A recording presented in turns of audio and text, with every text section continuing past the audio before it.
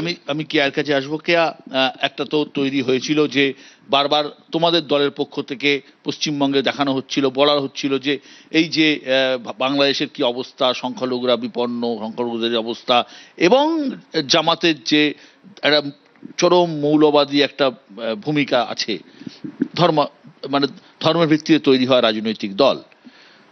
জামাতের পরাজয় আপাত দৃষ্টিতে ভোট শতাংশ অবশ্যই বেড়েছে। কোনো নির্বাচনে জামাত 5%, 10% বেশি ভোট পায়নি, এবার অনেক ভোট পেয়েছে, 15টার বেশি আসন পায়নি, এবার প্রায় 68টা আসন পেয়েছে। তো তোমাদের দৃষ্টিভঙ্গি থেকে তোমরা খুশি? আন্তরাষ্ট্রীয় বিষয়, দেশের প্রধানমন্ত্রী ইতিমধ্যেই তিনি মন্তব্য করেছেন, তিনি সমাজ মাধ্যমে পোস্ট করেছেন। তাই আমরা খুশি বা অখুশি অন্য একটা দেশে জয়, সেটা তো অবশ্যই আমরা বলতে পারি না, কিন্তু হ্যাঁ, একটা গণতান্ত্রিক একটা সরকার স্থাপন হয়েছে, এটাতে তো স্বাভাবিকভাবে খুশি আমরা। কিন্তু তার সঙ্গে একটা অশনি সংকেত তো রয়েছে। সাতক্ষীরা, রংপুর, এই পুরো অঞ্চলটা, অর্থাৎ ভারত সংলগ্ন যে বর্ডারটা রয়েছে বাংলাদেশের, পশ্চিমবঙ্গের সঙ্গে, আসামের সঙ্গে, সেখানে যেরকম উগ্র মৌলবাদী দল জামাতের, সেখানে উল্লেখযোগ্য তাদের উপস্থিতি, এটা কিন্তু একজন ভারতীয় হিসেবে, একজন বাঙালি হিসেবে আমাকে চিন্তায় রাখে। আমার আগের বক্তা একটা কথা বললেন যে দেখুন না, উনি বললেন যে সেখানে আবেগ রয়েছে, বাঙালি আবেগ। এই আবেগ আমরা যেমন ওপার বাংলায় দেখেছিলাম, যেভাবে হিন্দু নিধন হচ্ছিল, কয়েকদিন আগেও হয়েছে, একজন ব্যবসাদার তার দোকানের মধ্যে তাকে খুন করা হয়েছে। দীপুচন্দ্র দাসের সেই মর্মান্তিক মৃত্যু, সেই বর্বর মৃত্যু আমরা ভুলতে পারিনি বিশ্বদা। ঠিক তেমনভাবেই পশ্চিমবঙ্গে এইরকম উগ্র মৌলবাদকে আমরা দেখিনি। আমরা দেখেছি, আমরা মোথাবাড়ি দেখেছি, আমরা শামশেরগঞ্জ, ধুলিয়ান দেখেছি মুর্শিদাবাদের, আমরা মহেশতলা দেখেছি, আমরা বাদুড়িয়া দেখেছি, বসিরহাট দেখেছি। তো এই ধরনের উগ্র মৌলবাদ, এবং যেখানে হরগোবিন্দ দাস এবং চন্দন দাসকে কুপিয়ে মারা হয়েছে, উগ্র মৌলবাদীরা করেছে, এবং সেটা নীরব ছিল, নীরব একটা সমর্থন ছিল এই রাজ্যের সরকারের, সেটাও আমার কাছে চিন্তা। জনতা তো উগ্র মৌলবাদকে বাংলাদেশে, চন্দনের কাছে আসবে জনতা তো। আমি শেষ করিনি, ক্লোজিংটা দিয়ে নি।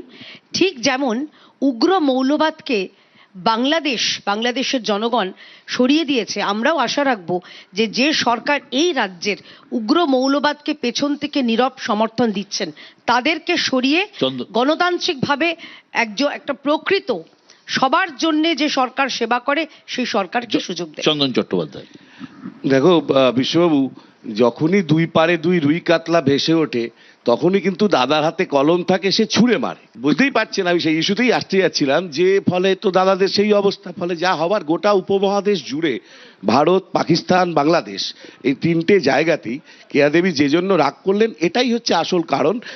যে কোনোভাবে হোক আমাদের মধ্যে তো একটা পার্টিশন হয়েছে, ভাগ হয়েছে, বিচ্ছেদ হয়েছে। এই বিচ্ছেদের মধ্যে থেকে খুঁড়ে খুঁড়ে ধর্মটাকে বার করে নিয়ে এসে, যে যেখানে মেজরিটি আর যে যেখানে মাইনরিটি, তার ওপর নির্ভর করে রাজনীতিটা চলুক, তার ওপর নির্ভর করে সত্তাটা চলুক। আর দূরে যাক কাজ, কারখানা, কাজ, সেগুলো সব দূরে যাক, ক্ষুধা, এগুলো বাইরে চলে যাক। এগুলো ঠিক যেমন ভারতবর্ষের ক্ষেত্রেও দেখছি এই এজেন্ডাগুলো অনেক দূরে চলে যায়। কি করে কালো টাকা ফেরত এলো, জিনিসের দাম বাড়লো, জিএসটি কমলো, জিনিসের দাম কমলো না, এগুলো দূরে চলে যায়। ঠিক পশ্চিমবাংলার ক্ষেত্রেও এগুলো অনেক দূরে চলে যায়। জগন্নাথের মন্দির, রামের মন্দির, এটা সেটা, মহাকাল, এগুলো করতে থাকুন। কেউ আবার বলে বাবরি করব, এই দিকে চলতে থাকে। আর মানুষের যে মূল পেটের খিদে, চাকরির খিদে, চাকরি নেই, এগুলো দূরে চলে যায়। ফলে এই গোটা উপমহাদেশে আসলে এই ব্যবস্থার শরিক আমাদের দেশে অনেকে আছেন যারা এটাই চান, ধর্মভিত্তিক। বিশ্বদা, প্রথম কথাটা হচ্ছে যে সরকার বাংলাদেশের নির্বাচন নিয়ে যা অবস্থান দিয়েছেন, সেটা আমাদের সকলের অবস্থান। সরকারটা তো আমাদের সকলের, শুধু বিজেপির নয়। কিন্তু রাজনীতির ছাত্র হিসাবে এবং দলগতভাবে ভারতীয় জাতীয় কংগ্রেস বাংলাদেশের ব্যাপারে বলার অধিকারী। সেই অধিকার বোধ থেকে এবং দায়বদ্ধতা থেকে বলতে চাই যে আরও একবার প্রমাণ হয়ে গেল, যে চেতনা মুক্তিযুদ্ধের ছিল, যে অসাম্প্রদায়িক চেতনা, সেই চেতনা কিন্তু প্রতিফলিত হলো বাংলাদেশের ভোটে আরও একবার। যে ধর্ম, প্রাতিষ্ঠানিক ধর্ম দিয়ে সংসদীয় গণতন্ত্রকে নিয়ন্ত্রণ করার প্রচেষ্টা সাময়িকভাবে সফল হলেও চিরস্থায়ীভাবে সফল হতে পারে না।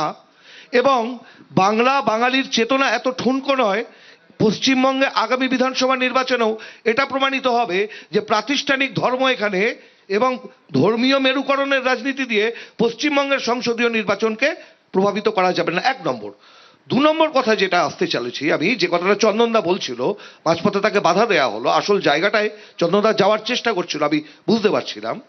বাংলাদেশ আমার প্রতিবেশী রাজ্য, এই রাষ্ট্র আমার সহযোগী দেশ, কিন্তু বাণিজ্য বা ব্যবসা এ নিয়ে যখন প্রতিযোগিতা আসবে খোলা বাজার অর্থনীতিতে, তখন কি নির্লজ্জের মতন আমরা দেখলাম আমার দেশের প্রধানমন্ত্রী তার ভুল সিদ্ধান্ত, তার ব্যর্থ পররাষ্ট্রনীতির জন্য আমার রপ্তানিযোগ্য দ্রব্যের উপরে ট্যারিফ বসিয়ে দিল ট্রাম্প, আর বাংলাদেশের টেক্সটাইলের ক্ষেত্রে ট্যারিফের পরিমাণ হচ্ছে 0। প্রকারান্তরে আমার দেশের কর্মসংস্থান মাটিতে মানে মার খাচ্ছে, ওনার আমার দেশের বেকারত্ব বাড়ছে, আমার দেশের ব্যবসা মুখ থুবড়ে পড়ছে। একটা কথা বিশ্বদা বলতে হবে, ঠিক আছে। না এটা বলার প্রয়োজন আছে যে দক্ষিণ পূর্ব এশিয়ায় ভারতবর্ষের যে একটা, আমি কি বলবো, দায়বদ্ধ অভিভাবকত্বের একটা ব্যাপার ছিল, আজকে মালদ্বীপ আপনার বিরুদ্ধে, আজকে বাংলাদেশকে করিডোর করে চীন ব্যবসা করতে চাইছে, নেপাল ডোকালামের ঘটনার পরে বিরুদ্ধে, আর উনি কি করলেন, চীন যখন আক্রমণ করছেন বলছেন জো সমস্ত করলো। বাংলাদেশের কুর্সিতে বসার পর তারেক রহমানের সামনে সব থেকে বড় চ্যালেঞ্জ কি? আইনের শাসন প্রতিষ্ঠা নাকি মৌলবাদকে নিয়ন্ত্রণ করা? ইদানিংকালে যে কটা সার্ভে হয়েছে বাংলাদেশের ওপরে, তার মধ্যে প্রথম যে ইস্যুটাতে মানুষ সবচেয়ে বেশি সমস্যায় রয়েছে, সেটা আমি কিছুক্ষণ আগেই বললাম, দ্রব্যমূল্য। ভয়ঙ্কর অবস্থা বাংলাদেশে দ্রব্যমূল্য গেছে। দ্বিতীয় জায়গায় এসেছে যে বিষয়টা, সেটা হলো অরাজকতা বা অ্যাবসেন্স অফ ল অর্ডার। থার্ডে এসছে করাপশন। এই তিনটেকেই কিন্তু মোকাবিলা করা যথেষ্ট কঠিন হবে, কারণ যে অবস্থায় রয়েছে। আর মৌলবাদ নিয়ে কথা বলতে গেলে আমার একটা বইয়ের কথা মনে পড়ছে, মাই ডিয়ার কাবুল বইটার নাম। 5 জন মিলে লিখেছেন, 5 জন মহিলা, পাস্তুনে লেখা আর দারিতে লেখা। তার ইংরেজি ট্রান্সলেশন বেরিয়েছে এবং সেটা কিছুদিন আগে বোধহয় রিলিজ হলো। বইটির বিষয় হলো সেখানকার 21শে অগাস্টের পর থেকে 5 জন মহিলা কাবুলের, তারা কিভাবে অনুভব করেছেন তাদের জীবনচর্চা। একজন ডাক্তার, একজন ইউএনওতে চাকরি করতেন, একজন বিশ্ববিদ্যালয়ে রিসার্চ করতেন, আর 2 জন ছাত্রী। এই অনুভবগুলো না পড়লে, আমি এটা পড়তেও বলি এই কারণে, এই যে জামাত আমাদের বর্ডার ধরে এগোচ্ছে, বা আমাদের পুরো দক্ষিণ এশিয়ার মধ্যেই একটা কোথায় যেন মধ্যযুগীয় মানসিকতার একটা চর্চা বা চলমানতা আমরা দেখতে পাচ্ছি। এটা কোনো নির্দিষ্ট কোনো ধর্মের ক্ষেত্রে আমি উল্লেখ করতে চাইছি না।